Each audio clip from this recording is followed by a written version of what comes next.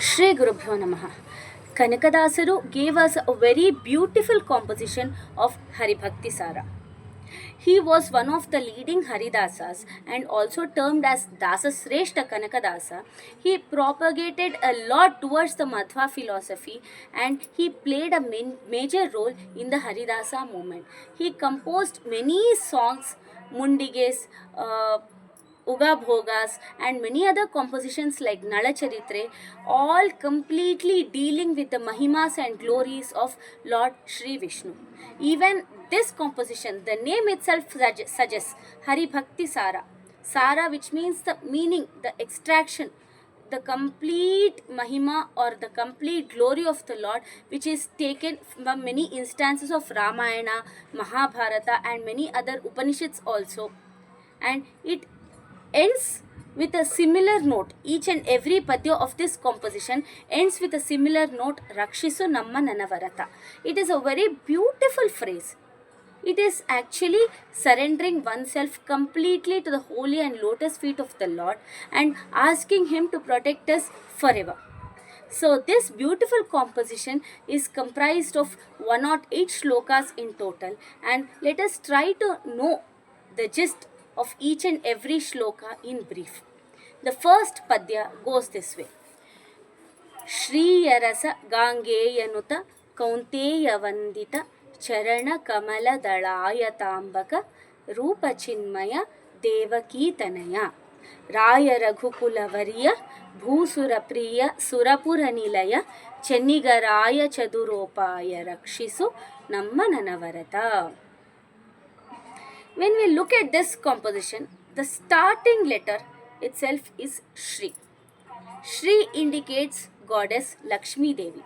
This word Sriyarasa, the king of or the lord of goddess Lakshmi Devi, none other than Lord Vishnu here. And this word Sriyarasa, it is not a very simple word in order to describe Lord Sri Vishnu.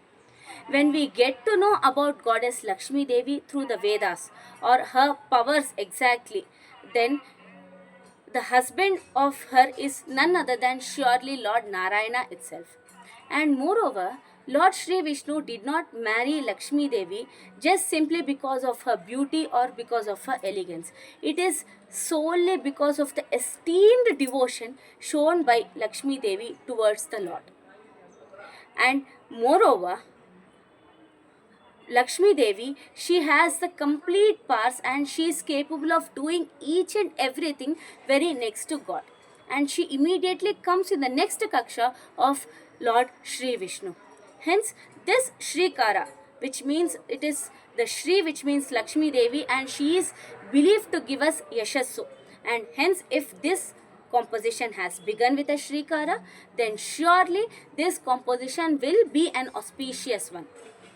And not only in this composition, we can take another composition, the composition of Sriman Nyaya Sudha, composed by Tikacharya. This composition has another unique feature in it. It starts with a Shrikara as well as ends with a Shri, ends with the word Bhuti, which again describes goddess Lakshmi Devi.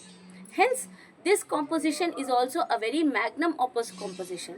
Hence, Kanakadasa, who is believed to be a Yamamsha Sambhuta, he started this grantha with a Shrikara, which means it is actually praying to the Lord Lakshmi Devi and her consort goddess, God Sri Vishnu, Lord Sri Vishnu. Sriyarasa, which means the one who is consort or one who is the lord of goddess Lakshmi Devi, who is none other than Lord Vishnu himself. And he is the one who is being praised by all his devotees.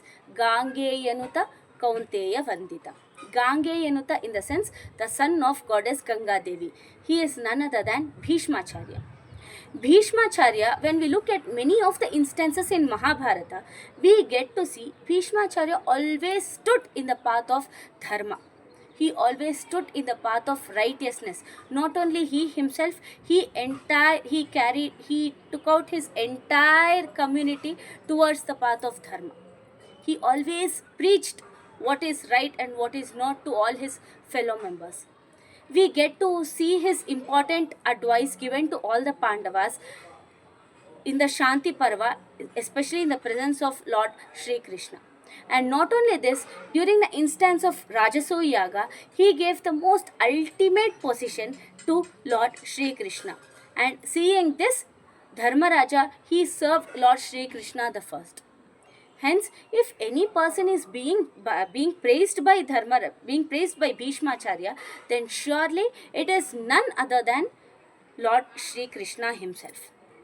And he is also praised by Kaunteya Vandita, which means the sons of Kunti Devi, none other than Pandavas. He is being praised by Pandavas here, as well as Dasaru wanted to tell us that if the Lord is being pleased by the devotees, then surely Lord will take care of the devotees himself. The devotees need not worry at all. So such Lord, he is none other than Devaki Sutta and Raaya raghukulavarya. Devaki Sutta in the sense Lord Sri Krishna himself.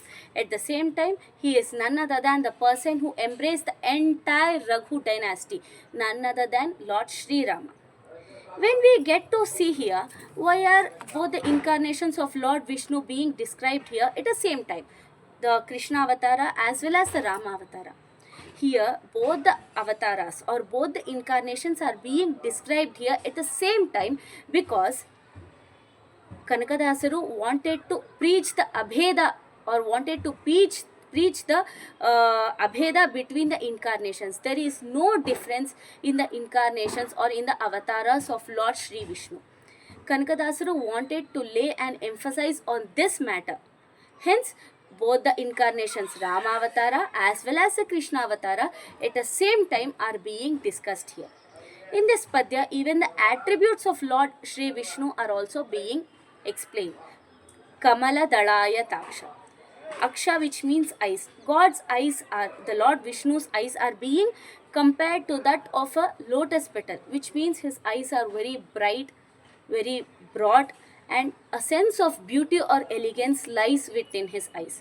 Not only his eyes, his entire body is being compared to that which is his body is completely filled with chit and ananda, completely filled with jnana, knowledge and happiness. He is a pure scarlet of jnana. He is a jnana murti, and moreover he is the one who is responsible for the all the 8 aspects, that is srishti, sthiti, laya, niyamana, jnana, ajnana, bandha and moksha. These are the 8 aspects which are involved in the creation, protection and destruction of the universe.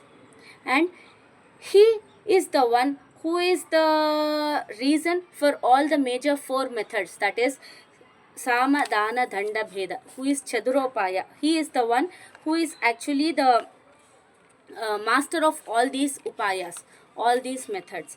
Hence, through all these instances, Paramatma, Lord Sri Hari's, his mahima, his glory, his manifestations, his attributes, each and everything is being described in this padya. So, finally, the one with such an extreme power, let us all prostrate before him and ask him to protect us forever. Rakshisu nammananavarata. Shri Krishna Arpanamastu.